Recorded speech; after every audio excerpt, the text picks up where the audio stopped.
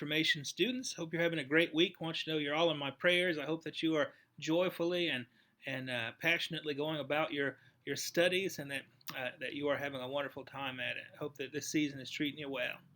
So last time we talked about the first line of Luther's uh, explanation to the second article of the Apostles' Creed.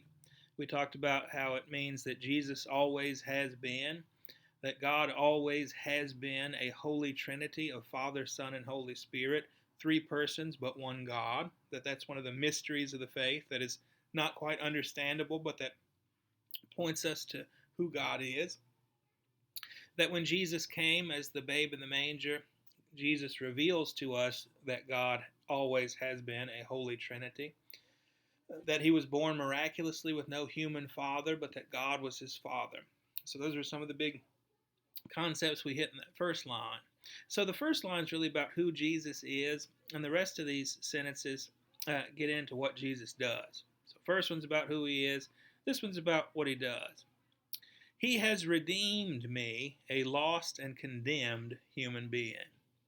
Let's delve into that a little bit. So why are we lost and condemned? That sounds really bad, doesn't it? So what does it mean to be lost? Well, if you've ever been lost, have you ever, like, I remember one time we were at the Kansas City Aquarium, and we were at one of Autumn's birthday parties.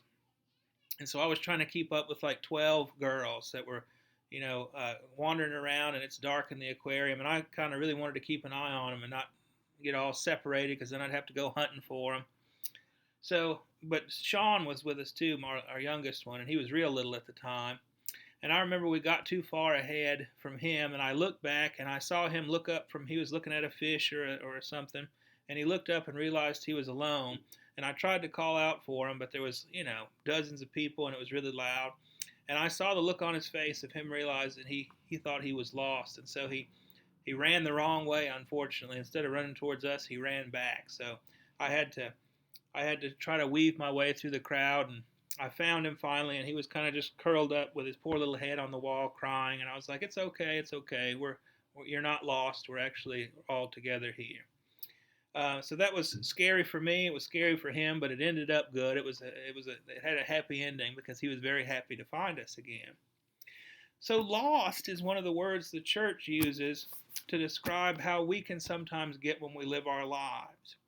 We can make mistakes that lead to other mistakes, that lead to other mistakes, and it can lead to a situation where we really feel and are acting as if we are lost off from God our Father. Just like Sean was lost off from me and didn't know what to do, we can find ourselves lost from God by continually doing things that we know aren't right, by mistakenly doing things that aren't right, and it kind of leads down bad paths. And I'm sure that, at your age, you're getting to be young men and women, that you have heard stories of folks who have ended up in pretty bad situations in their lives for one reason or another. And that has led their lives to be less than what they could be, less joyful, less productive, all those things. We know that drugs are something that leads us down a wrong path. That abusing substances or being hurtful to people, being unforgiving, all these things take us down a wrong path. And it can end up like, that's why he uses the word lost, because it's very much like being that. It's like being without direction, not knowing the way to go. Okay? So that describes the situation we can end up in. And we all get lost in little or big ways in the course of living our lives. But Jesus, it said in this line, has redeemed us from that. We're a lost, condemned human being, but Jesus has redeemed us. Now, redeemed has lots of meanings. Some of them are kind of financial or related to money. You can redeem a gift certificate, and when you redeem a gift certificate, you get money back from it and things like that. But it means to make up for, to restore, to fix, to buy back, to win. In the context of the church, it means that Jesus has paid for the fact that we're lost and condemned. Jesus has made up for it, in other words. Okay? So if you picture, you know, you picture like if you're trying to climb up a ladder, right?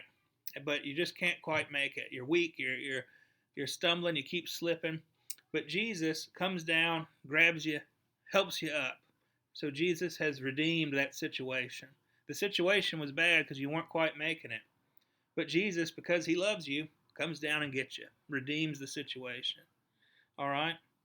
So he has redeemed me, a lost and condemned human being. Condemned just means um, guilty. For those things that we do that are wrong.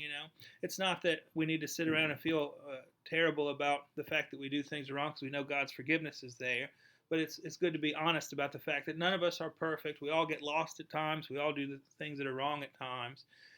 But that points us even more to love Jesus, who has redeemed, set right, fixed the situation of our lostness. In other words, saved us, uh, taken us from being in a position that's lost to reuniting us with the Father. That's what Jesus does. And exactly what Jesus does to do that will be covered in the next few sections of this paragraph. But I think that's enough for today. So I hope that you're doing well. God bless you. We'll hope to see you on the 19th or in service this upcoming week, whichever comes first. God be with you.